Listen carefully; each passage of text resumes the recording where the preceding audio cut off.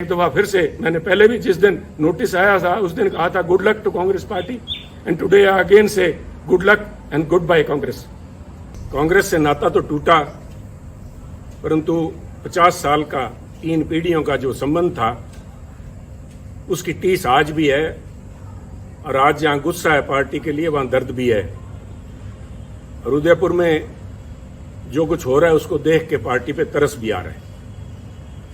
आज यहाँ पे मैं कुछ बातें कांग्रेस के शीर्ष नेतृत्व से साझी करने के लिए आया हूँ, अपने दिल की बात कहने के लिए आया हूँ। और जो मेरे दिल की बात है, मैं समझता हूँ यही बात बहुत से लाखों करोड़ों कांग्रेस के कार्यकर्ताओं की दिल की बात है, जो शायद उस चिंतन शिविर में रखी ना जा सके, क्योंकि जमावड़ा वहां बड़े शीर्ष नेताओं का है, पर कितने शीर्ष नेता सिर्फ चीयर लीडर का रूप धारण करके रह जाएंगे, या कितने लोग उनमें से सच के ऊपर पहरा देंगे, कड़वी और सच्ची बात कह पाएंगे, ये तो आज और कल का दिन ही बता पाएगा। परंतु 50 साल जिस पार्टी में खून पसीना बहाया, जिसके साथ अच्छे बुरे समय में साथ रहे, उसके प्रति मेरा भी जाते जाते एक दायित्व बनता है। I would call it my parting gift to Congress party. मैं कुछ बातें साझी करना चाहता हूं, क्योंकि कल मैंने कांग्रेस के हमारे माननीय अध्यक्ष सोनिया जी का भाषण सुना। बड़ा भावुक भाषण था, और उन्होंने खास तौर पे जो बात कही कि exceptional situations need exceptional solutions. परंतु कल का जो प्रोग्राम मैंने देखा उस चिंतन शिविर का, वो मात्र एक औपचारिकता, एक फॉर्मेलिटी फुलफिल करने से ज्यादा कुछ भी नहीं था। आज समय जब है पार्टी को बचाने का, आज पार्टी का अस्तित्व जो है, party is facing existential crisis, और उस समय हम इस तरह से बिहेव कर रहे हैं जैसे राष्ट्र का दायित्व आज कांग्रेस पार्टी के कंधों पे है। कमेटियां बनाई गई हैं, 6 किस्म की कमेटियां हैं, जो कि फॉरेन पॉलिसी भारत की डिस्कस कर रही है, कोई इकोनॉमिक पॉलिसीज, आर्थिक पॉलिसीज के ऊपर डिस्कशन चल रही है, एग्रीकल्चर पॉलिसी के ऊपर डिस्कशन कर रही है। मेरा मानना है कि बिल्कुल कांग्रेस आज एक मेन अपोजिशन पार्टी है, और हमारा ये फर्ज भी बनता है कि हम इन विषयों के ऊपर हमारी एक राय हो। परंतु उससे भी ज्यादा, जैसे कहते हैं कि घर को सजाने का तस्वुर तो है बहुत, घर को सजाने का तस्वुर तो है बहुत, पहले ये तो तय हो कि घर को बचाएं कैसे। पहले ये तो हम आपस में बैठ के नाता डिस्कस कर लें। मैं अपने आप की आज भी आदत नहीं जाती, मैं आप नेताओं से, कांग्रेस जन से बात कर रहा हूं कि आप ये तो तय करें कि कांग्रेस को बचाओगे कैसे, क्योंकि अगर बचाने की नीयत होती है और ये एक मात्र औपचारिकता ना होके चिंता, यहाँ पे ये चिंता का शिविर होना चाहिए था, ना कि चिंतन का। चिंता तो दिखाई नहीं दी। अगर चिंता होती वास्तविक में, तो वहां पे एक कमेटी, उन 6 कमेटियों के साथ कमेटी एक यूपी के ऊपर भी बनती कि उत्तर प्रदेश के अंदर कांग्रेस की ऐसी दुर्दशा क्यों हुई।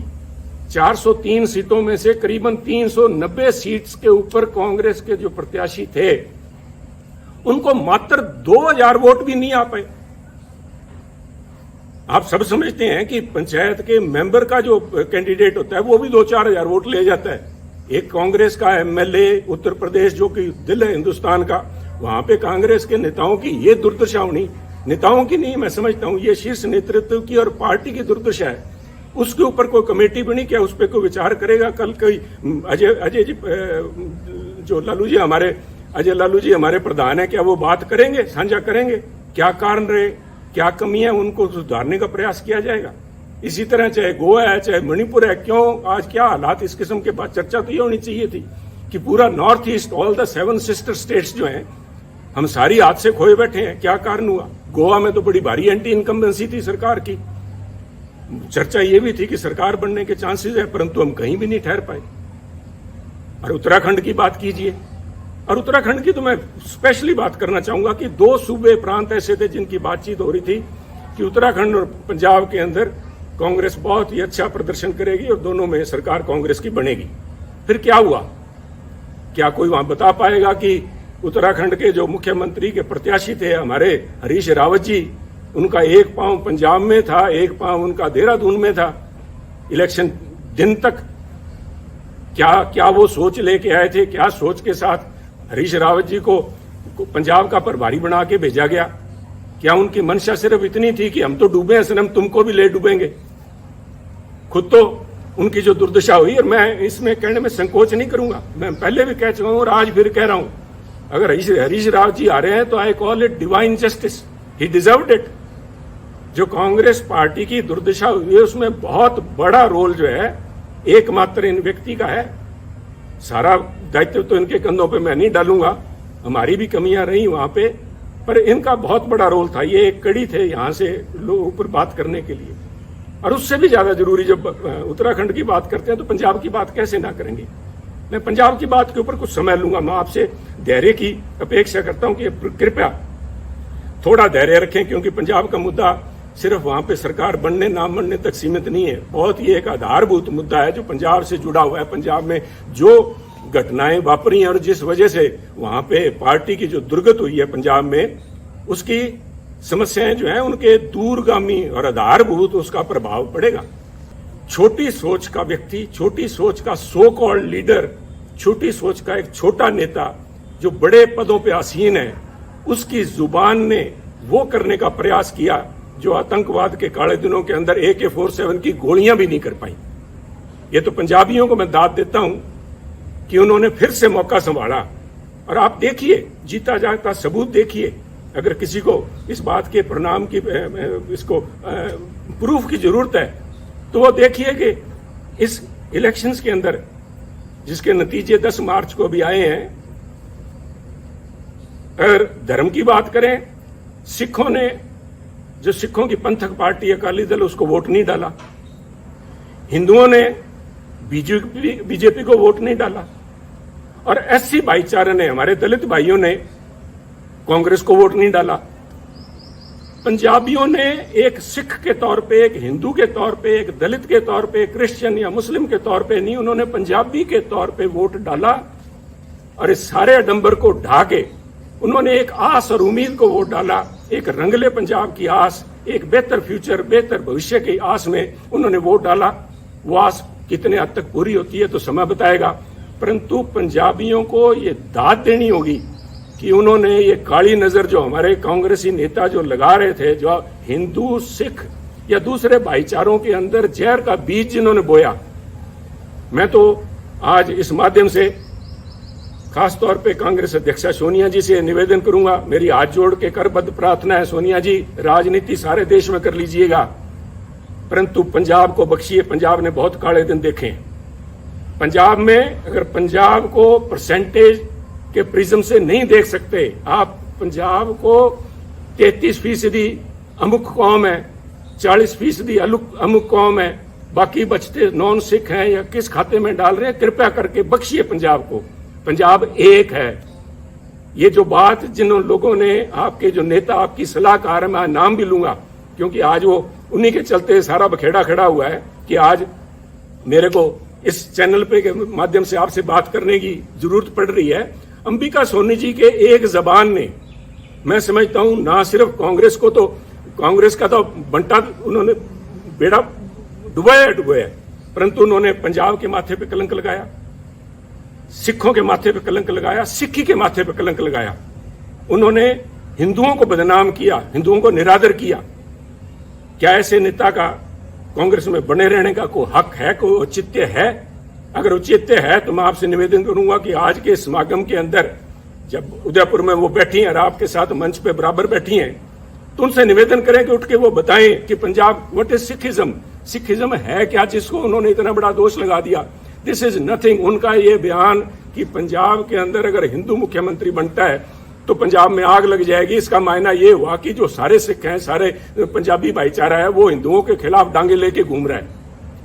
हिंदू सिख भाईचारे के अंदर दरार डालने की ये जो कोशिश, खुदा आपकी सलाहकारा अंबिका सोनी जी और उनके जो कुछ चंद चेले जो हैं, जो पंजाब के अंदर बैठे थे जिस समय ये फैसला हो रहा था, 4-5 जो यहाँ थे, और वो 4-5 मोस्टली आज वहां आए हुए हैं आपके पास वक्ता के तौर पे, उनको बेनकाब करना जरूरी है। उन्होंने कहा था कि अगर हिंदू बन गया पंजाब में मुख्यमंत्री तो पंजाब में आग लग जाएगी। Is this some pre planned way of vilification of Sikhs? Are you trying to vilify a whole community? कि वो इतने इनटॉलरेंट है, उनके अंदर ये सहनशीलता ही नहीं है कि किसी और को बनता देख सकें। और इनकी अंबिका जी की बात में अगर कहीं सच्चाई होती तो मैं समझता हूं कि अकाल तख्त के जत्थेदार साहब ने जिस दिन इनका बयान आया उसी दिन उन्होंने कहा, अकाल तख्त साहब का वो बयान मैं समझता हूं स्वर्णिम अक्षरों में दिखा जाने वाला है कि पंजाब के अंदर हिंदू सिख होना कोई मायने नहीं रखता। सोनिया जी, मैं आपसे निवेदन करना चाहूंगा, अकाल तख्त कोई छोटा मोटा जगह नहीं है, it's a temporal seat of Sikhism. यहां पे महाराजा रंजीत सिंह भी आके पेश हुए हैं। अगर उनके हेड ग्रंथी ये बात कहते हैं, वहां के जत्थेदार साहब कहते हैं, तो ये क्या ज्यादा सिखों के बारे में या पंजाब के बारे में जानते हैं? एक ऐसा लीडर, एक तरफ हम इल्जाम लगाते हैं आम आदमी पार्टी के ऊपर कि वो पंजाब का भला नहीं कर पाएंगे क्योंकि उनकी लीडरशिप दिल्ली से चलाती है, जिनको दिल्ली के बारे में ज्ञान नहीं। मुझे आम आदमी पार्टी का तो पूरा पता नहीं, परंतु सोनिया जी, पंजाब कांग्रेस का बेड़ा गर्क दिल्ली में बैठे उन नेताओं ने किया है जिनको पंजाब का, पंजाबियत का, सिक्खी का बिल्कुल पता नहीं। सरबत दा भला गुरु महाराज का मूल मंत्र। I am not a Sikh scholar, परंतु मैं अपने आप पे गर्व है कि मैं पंजाबी हूं। मुझे इस बात का मान है कि गुरु महाराज ने जो मूल मंत्र दिया था वो था मानस की जात सब एको पहचान में, सरबत दा भला, यूनिवर्सल ब्रदरहुड। कौन सी लैंग्वेज समझाऊं मैं इनको, अंबिका जी को? कौन सी लैंग्वेज में ये बता पाएंगे, जवाब दे पाएंगे? और इनके जो पिछलगू वहां पे बैठे हैं उनसे मैं निवेदन करूंगा कि वो खड़े होकर वहां पे मंच पे बताएं कि किस वजह से पंजाब को बदनाम किया, पंजाबियों को बदनाम किया गया। और ये सोनिया जी, मैं बार बार इस बात पे जोर दे रहा हूं क्योंकि ये हमारी विचारधारा से जुड़ा हुआ मुद्दा है। इसका प्रभाव सिर्फ पंजाब तक सीमित नहीं रहेगा। ये तो आप मान के ले लीजिए कि जब तक इन लोगों से आप पीछा नहीं छुड़ाएंगे तब तक कम से कम पंजाब में कांग्रेस के पांव नहीं लग पाएंगे। ये आप एक मेरी भविष्यवाणी लिख लीजिए, चाहे नोट कर लीजिए मेरी तरफ से। परंतु ये मसला पंजाब तक सीमित नहीं रहेगा। This itself shows fundamental problem which is Congress is facing today. आप अपनी चाल ही भूल गए। आप अपने आप को, आप पे इल्जाम लगते हैं कांग्रेस पार्टी के ऊपर सूडो सेकुलरिज्म के, कभी सॉफ्ट हिंदुत्व के, और कभी इस किस्म के बयान आ जाते हैं जिनको कुछ लोग कहेंगे मेजोरिटेरियन एक्सट्रीम लिए बैठे हैं आप। इन बातों का आपके ऊपर जो प्रभाव पड़ेगा वो मैं समझता हूं। आप इन सारे जो इल्जाम लगते हैं आप इनको तस्दीक कर रहे हैं। ये लोग आपके पास मंच पे बैठे हैं, यू आर विटिंगली और अनविटिंगली एंडोर्सिंग देयर व्यू। ये कौन, मेरा गुनाह क्या था? जब ये अंबिका जी का बयान आया, इनके चेलों का बयान आया कि पंजाब में अगर हिंदू मुख्यमंत्री बनता है आग लग जाएगी, तो मैंने कहा ये सोच कांग्रेस की सोच नहीं है। ये सोच किसी एक, I said a petty person, a small-minded person occupying high positions, and I meant your advisor, Ambika ji. Let me be honest with you. मेरे को फांसी लगानी है, लगाइए आप। मैं आज यहाँ सफाइयां देने के लिए नहीं आया आपके पास में। मैं तो आपको एक राय देने के लिए आया हूँ, जो पंजाब की भावना आपके सामने रखना चाहता हूँ। अगर इन लोगों को आज आप भी अपने साथ बिठाए बैठे हैं पंजाब में, आप भूल जाइए पंजाब के बारे में।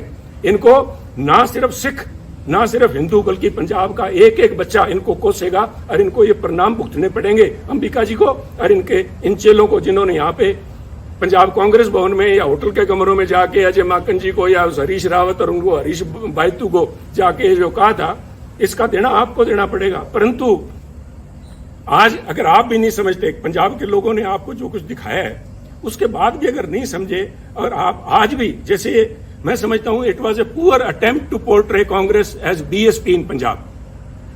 आपने निर्णय, राहुल जी ने लिया, बड़ा अच्छा निर्णय था, सबसे पहले स्वागत मैंने किया था, that he has broken a glass ceiling. पर जिस तरीके से उसको प्रस्तुत किया गया, तो लोगों ने कहा कि अगर हमने जात पात और जाति के आधार पर वोट डालना है तो हम नकली बीएसपी को वोट क्यों डालें, असली बीएसपी को क्यों नहीं डाल लेते? और वही मसला आपके साथ, चाहे आप जब सॉफ्ट हिंदुत्व की बात करते हैं, लोग कहेंगे अगर वोट ही धर्म के नाम पे डालना है तो फिर बीजेपी को क्यों ना डालें, ये नकली बीजेपी को क्यों डालें? सो आप अपने वजूद पे रहिए। Don't this drift of your intellectual, you are losing the moorings, intellectual moorings. यही तो आपके पास सारा कुछ था। इसी विचारधारा के साथ तो लोग हमारे जैसे जुड़े थे। और आप में दूसरों में फर्क क्या है, इसका कौन जवाब देगा? ये जवाब तो आपको ढूंढने पड़ेंगे। इसके लिए किसी सलाहकार की जरूरत नहीं पड़ेगी। इसके साथ ही पंजाब की जब मैं बात करूंगा, मैं नहीं चाहता था कि मैं अपनी बात करूं। मैं यहां सफाई, फिर से कह रहा हूं, मैं सफाई देने के लिए यहां नहीं आया। मैं अपने एक एक शब्द के ऊपर आज कायम हूं। मैंने जब आपको कहा था कि ये जो दिल्ली के अंदर आपके पास लोग बैठे हैं, आपको आंखें दिखा के और बाहर जाके कहते हैं समझौता हमसे करने का प्रयास करिए कांग्रेस अध्यक्षा, उन्होंने ना सिर्फ आपकी पद की गरिमा को ठेस लगाई बल्कि कांग्रेस की सोच को भी ठेस लगाई। मैं आज भी उस बात पे पहरा देता हूं। परंतु मैं इसलिए कह रहा हूं कि मुद्दा मुझे नोटिस दिया गया, सो कॉल्ड नोटिस, वो तो हमको कहें काफिर, ये अल्लाह की मर्जी है। कमाल होगी साहब। मैं तो आपसे ये पूछना चाहता हूं, सोनिया जी शायद आपको मालूम नहीं था, मैं देखिए इतनी बड़ी संस्था है, आपके पास कितने ही पूर्व या एक्टिंग कांग्रेस प्रधान सूबों के रहे होंगे, शायद आपको नहीं पता था कि सुनील के पास कोई भी पद नहीं है। जब आपने सुनील के खिलाफ एक फरमान जारी किया कि सुनील को पार्टी के सभी पदों से निलंबित किया जाता है, मेरे पास पद था कौन सा साहब? मेरे पास तो एक विचारधारा है, वो आज भी मेरे पास है। मैं अपनी बात पे आज भी खड़ा हूं। आप कहीं बदल गए होंगे, आपकी सोच बदल गई होगी। सुनील तो जाखड़ तो जहां खड़ा था वहीं खड़ा। ये हमारी कमजोरी है, यही हमारी स्ट्रेंथ है। हम तो जहां हैं वहीं खड़े हैं। परंतु जिन्होंने, वो कहते हैं कि आपने संबंध विच्छेद नहीं किया सुनील जाखड़ से, आपने दिल तोड़ा है। दिल भी तोड़ा तो तूने सलीके से न तोड़ा, बेवफाई के भी कुछ आदाब होते हैं। नोटिस दे रहे हो सुनील जाखड़ को, 50 साल 3 पीढ़ियों का संबंध है। मुझसे बात करने में किसी को शर्म आ रही थी? ये मैं सारे जवाब आपको दे सकता था, परंतु मैं आज जवाब देने के लिए नहीं आया। मैं जो बात देने का आपसे कहने के लिए आया हूं, जिस क्या कहूं मैं, मजाक कहूं या इसके ऊपर तरस आता है मुझे, मुझसे आपने मुझे नोटिस दिलाया, कि ऐसे व्यक्ति से नोटिस दिलाया, और इस बात के लिए नोटिस दिलाया कि मैंने आपकी सलाहकारा के खिलाफ अपशब्द बोले हैं। चलो मैंने तो आपकी सलाहकार अंबिका जी के खिलाफ जो कुछ बोला ना बोला, पर नोटिस इससे दिलाया आपने। तारिक अनवर जी एक बड़े सुलझे हुए और परिपक्व नेता हैं, उनका तो आपको ध्यान होगा कि वो 1999 में, आज से करीबन 20 साल से ज्यादा पहले, कांग्रेस छोड़ के चले गए थे। आपको ये भी पता होगा कि वो क्यों छोड़ के गए थे। वो ये कह के छोड़ के गए थे कि सोनिया गांधी एक विदेशी महिला है, और विदेशी महिला अगर इंडियन नेशनल कांग्रेस की अध्यक्षा बनती हैं तो मैं उसे कदापि सहन नहीं कर सकता। और यही तारिक अनवर साहब, संगवा साहब और पवार साहब के जाके इन्होंने सरकार अपनी पार्टी बनाई थी। आप भूल गए क्या? कोई आपको बताने वाली, ये सलाहकार आपकी बताने वाली थी नहीं क्या? और ये क्या बताएंगी साहब? वो कहते नहीं, यहां तो हर शाख पे उल्लू बैठा है।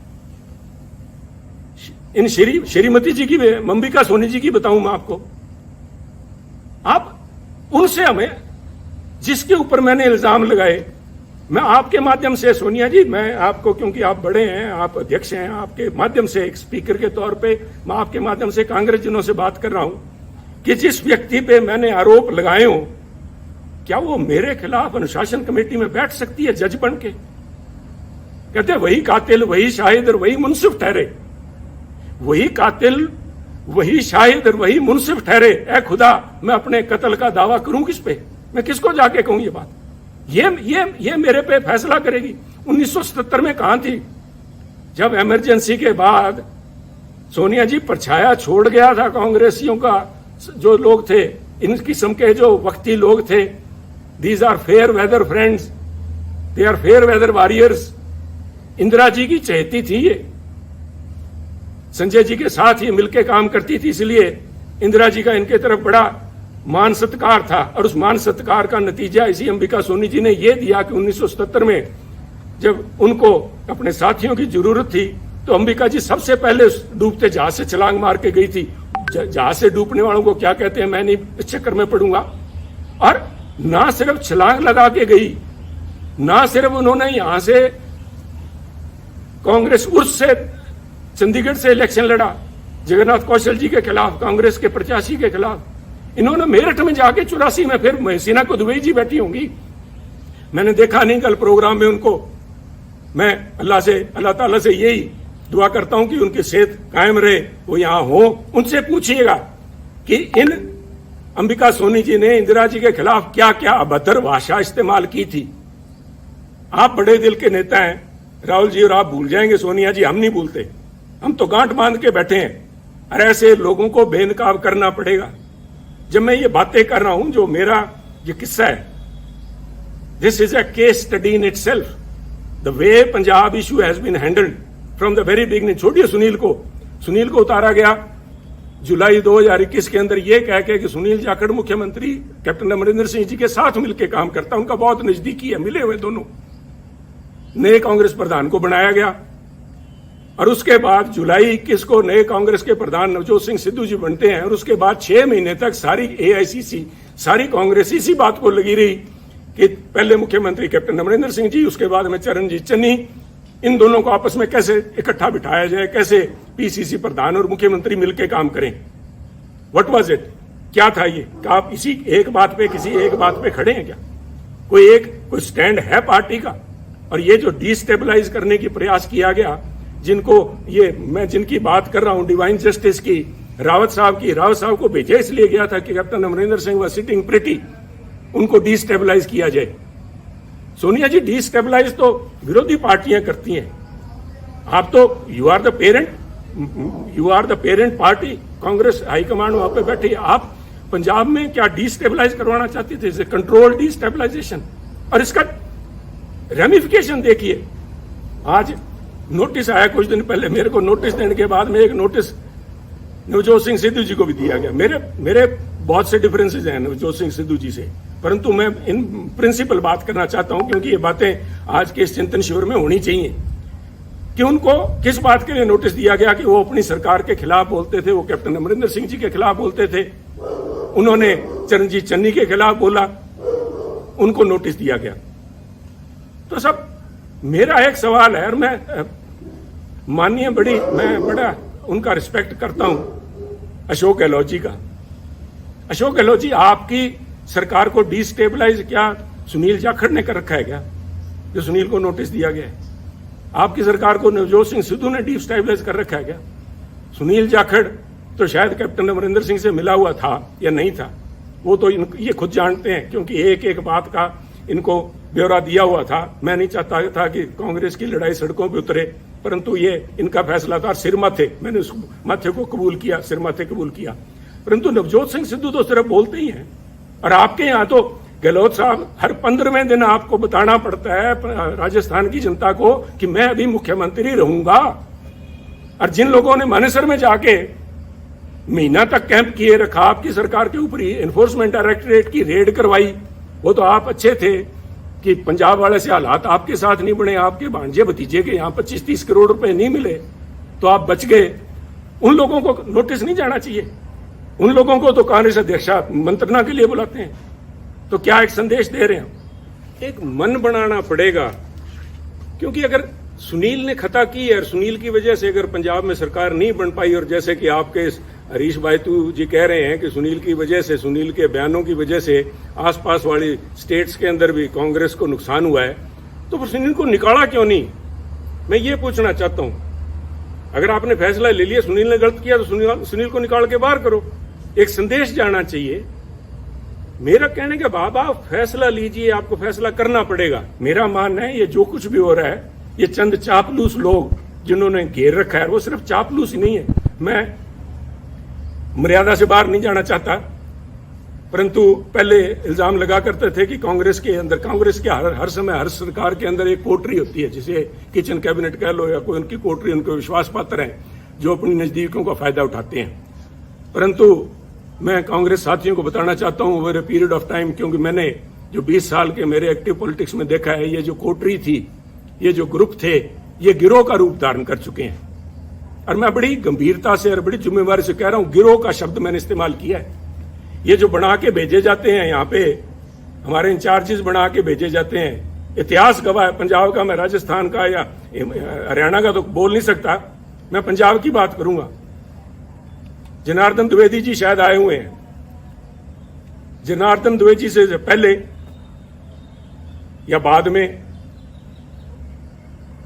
एक शकील अहमद साहब को छोड़ दीजिए, चाहे वो चाणक्य थे, चाहे वो आशा कुमारी जी थी, चाहे रावत जी थे, और चाहे हमारे हरीश बायतू जी थे, ये सारे के सारे एक ही आका के जाके पैरों में हाथ लगाते हैं। वो हमारे पंजाब की आंटी बैठी है वहां पे, इन सारों को उनका वृद्ध हर्ष, उनका जो हर्ष था इनके ऊपर था।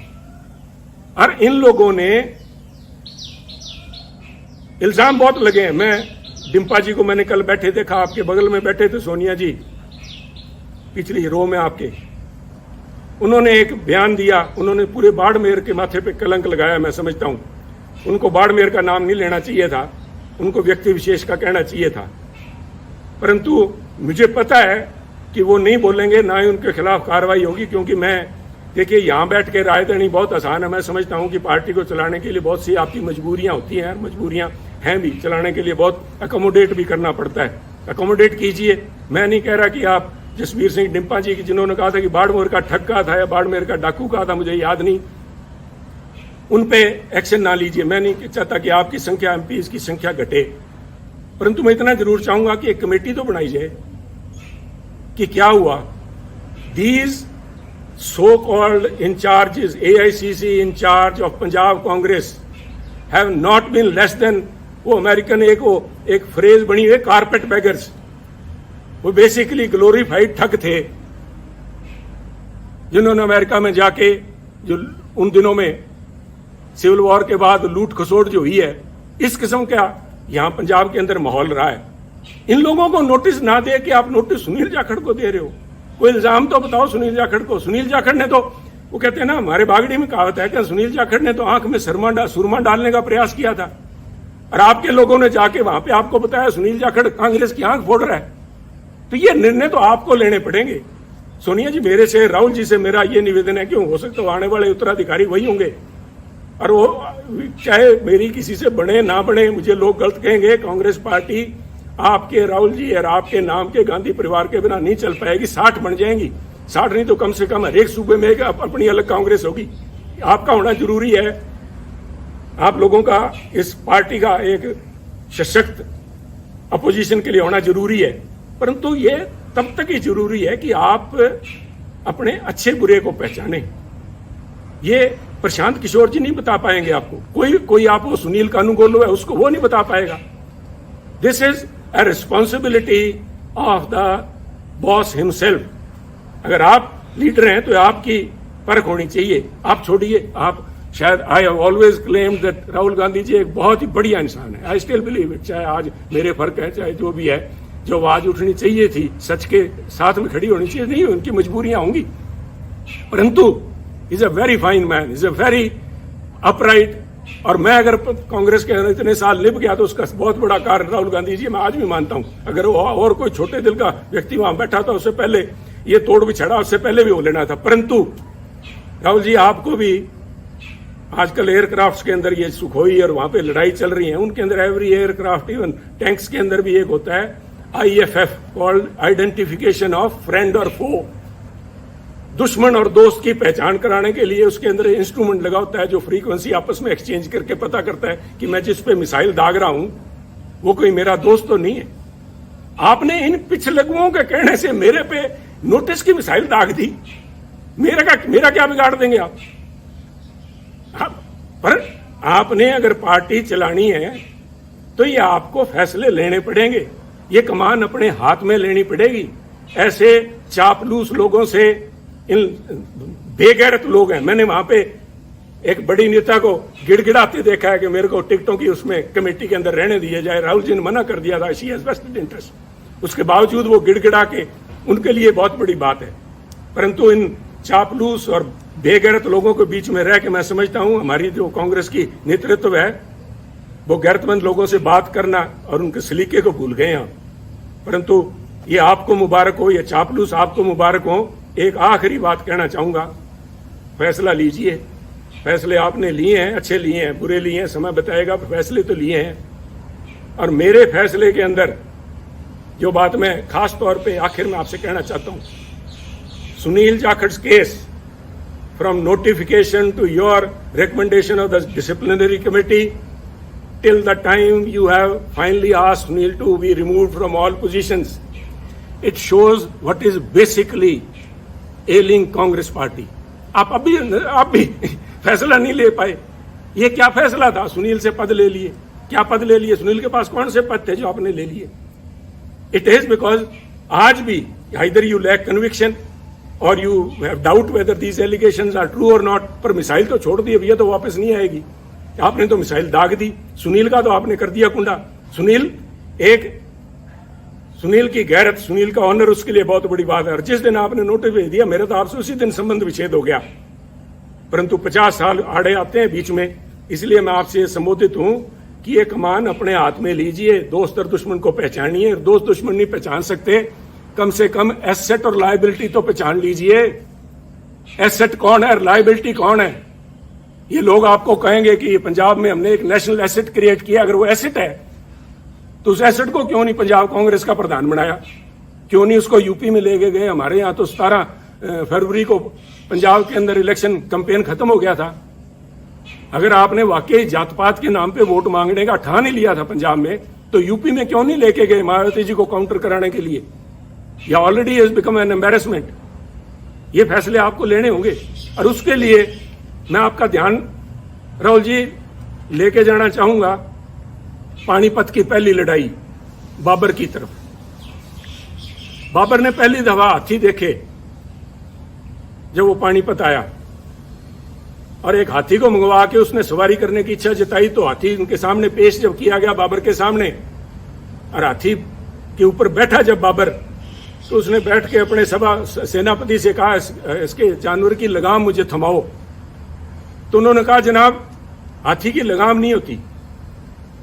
तो उसका सवाल था निश्चित तौर से कि तो फिर ये चलाऊंगा कैसे?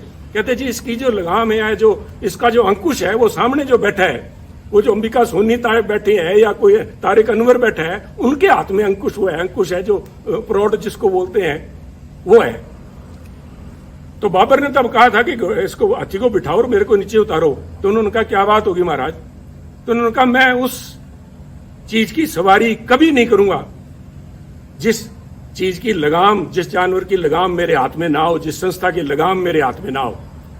तो मेरी आपसे बेनती यही है, with all due respect and for all the respect and all the time we have spent together and with the party, 50 साल की, आगे बढ़िए, कमान सामिए और इन पिछले लोगों को ऊपर छोड़ के कांग्रेस पार्टी को अगर जिंदा रखना है तो ये लगाम अपने हाथ में लीजिए। वरना इस किस्म के जो चिंतन शिविर हैं, इसी प्रशांत किशोर ने आपको कहा था, यूपी में आपको लेके गए थे, कैंपेन का नाम था खाट पे चर्चा। आज कांग्रेस पार्टी खटिया पे नजर आ रही है।